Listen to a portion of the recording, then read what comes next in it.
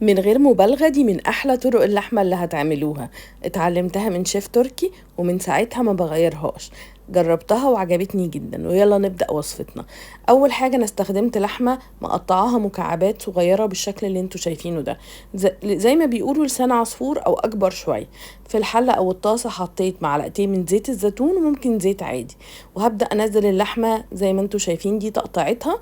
ممكن نستخدم قطعيات كتيرة، ممكن نستخدم قطعية السن، ممكن الموزة والشفاخدة زي ما تحبوا، ولو فيها شوية دهون بسيطة هتدي للحمة طعم حلو قوي. انا هنزل اللحمة كلها، استخدمت حوالي كيلو من اللحمة. هنزله كله مرة واحدة على الطاسة. هحط كل الكمية بتاعتي مرة واحدة ومش هقلبها غير لما الاقيها تاخد لون على الجنب الاولاني. هقلبها على الجنب التاني. طبعا مش هرش عليها اي اضافات دلوقتي، هحط عليها اضافات بعد كده. زي ما انتوا شايفين اول ما بدأت تاخد لون هقلبها على الجنب التاني. كده اضمن ده كله طبعا على نار عالية، كده اضمن ان اللحمة مش هتنزل مية كتير، وفي نفس الوقت هتستوي اسرع واحسن. بعد ما هديها كده تقليبة خلاص زي ما انتوا شايفين كده هي مش منزلة سوائل خالص. هنبدأ بعد كده نضيف باقي الاضافات. اللحمة خلاص بتاخد اللون اللي احنا عايزينه. بعد كده هضيف عليها بصلاية كبيرة، طبعا ممكن نزود ونضاعف في الكميات زي ما تحبوا. هديها كده تقليبة مع البصل. عايزة اقول لكم ان اول ما بنضيف البصل ونقلبه مع اللحمة الريحة بتبقى حلوة جدا. هدي البصل واللحمة تقليبة لحد ما يبدأوا يغيروا لونهم، مع اضافة معلقة من السمنة او الزبدة زي ما تحبوا، او ممكن نضيف تاني زيت زيتون. انا بحب السمنة عشان تطعم لي اللحمة. نص معلقة او معلقة من الثوم.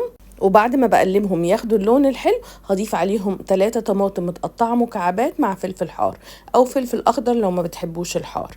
والتوابل بسيطة جدا، ملح وفلفل وبابريكا مدخنة واي توابل للحمة او السبع بهارات. طبعا هنقلب كل ده مع بعضه كويس جدا، هقلب كل المكونات دي مع بعض.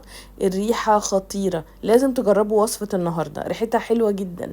بعد ما هديهم كده تقليبة والطماطم تبدأ تدبل هضيف عليهم بعد كده آخر مكون، وهو أكيد المية السخنة.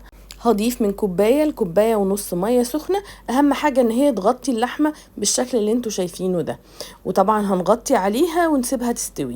وكل شوية بنشوف اللحمة بتاعتنا، لو حاسين ان هي محتاجة مية تاني او سوائل تاني بنضيف طبعا لحد ما تستوي تماما. هنرش رشة الكزبرة من على الوش، ودي بتديها ريحة خطيرة. ونقلبها تقليبة ونقدم أكلتنا.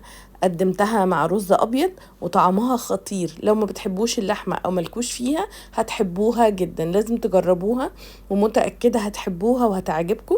ولو أول مرة بتشوفوني ما تنسوش تعملوا فولو وسبسكرايب للقناة. ولو عجبكم فيديو النهاردة ما تنسوش تعملوا له لايك وشير.